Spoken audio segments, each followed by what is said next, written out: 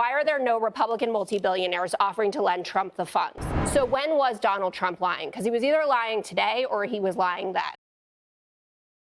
Jessica Tarlov went on The Five where she clashed with her fellow hosts over the shocking news that Trump will be unable to pay his massive bail amount of over $400 million, an amount of cash he's said that he's had on hand multiple times, might I add. But for those who don't know what this is, quickly, Trump and his sons were ruled to have committed fraud in New York, being ordered to pay over $350 million with interest that in total amounts to around $454 million. But he's now unable to get this from companies as the amount is so high, they don't really trust him with more than $100 million. And he also has to pay a $100 million bond in the E. Jean Carroll case. So he's strapped for cash right now. And most of his other assets are in property, which he would have to sell, but he's not gonna be able to do that right away. And with the deadline coming Monday, he's struggling. And it's just wonderful to see a verdict that is actually affecting one of these rich fucks who just pretend that they can continuously exploit the system because they're not gonna get caught.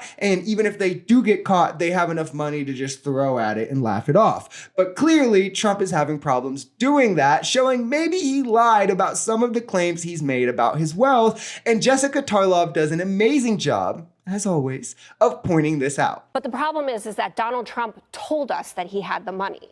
In April, he was in a deposition for this case, and he said, developers usually don't have cash. They have assets, not cash. I have over 400, fairly substantially over 400 million. That's just cash. That's just cash. So when was Donald Trump lying? Because he was either lying today or he was lying then. Well, he has 400 million in cash. He just doesn't have 454. He said, I have substantially more than that. And you're telling me that the $54 million is the problem here? It's not.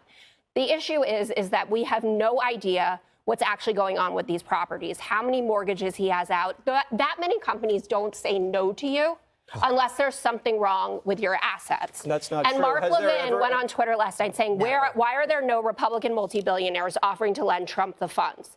Because the man is a credit risk, because the man lies about all of these things, and that's how he got into this level of trouble. And it's also because he's a proven fraud who has shown time and time again that he does not care to use people however necessary to get what he wants. He's not the kind of guy that you stick your neck out for because he'll cut it off and sell it to pay his lawyer fees. And I just love how Jesse's still in his pocket with these weak attempts to defend him. I mean, he lied. It's that easy. Just bite the bullet and say it. It was part of his brand to pretend to be this ultra wealthy guy with loads of cash and he can help you get rich too. It was a presidential selling point, especially for the working class, but now it's all getting exposed as fraud.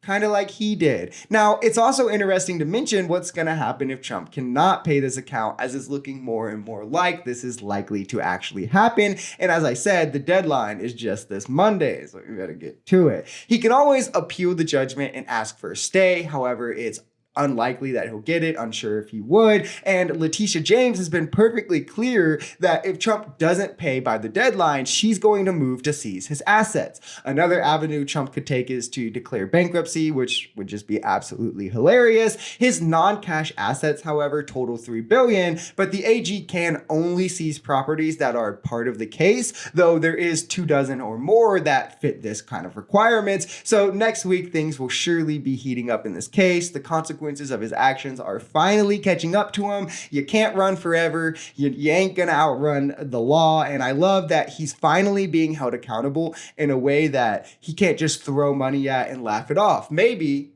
just maybe, this will actually stop him from doing it again. If you enjoyed this video, we're Social Society. We're a commentary channel influenced by society, politics, and the economy. We are pretty left-leaning on this channel, but we're open to our right-wingers as well. The biggest thing here is having conversations that get everyone to the bottom of the truth.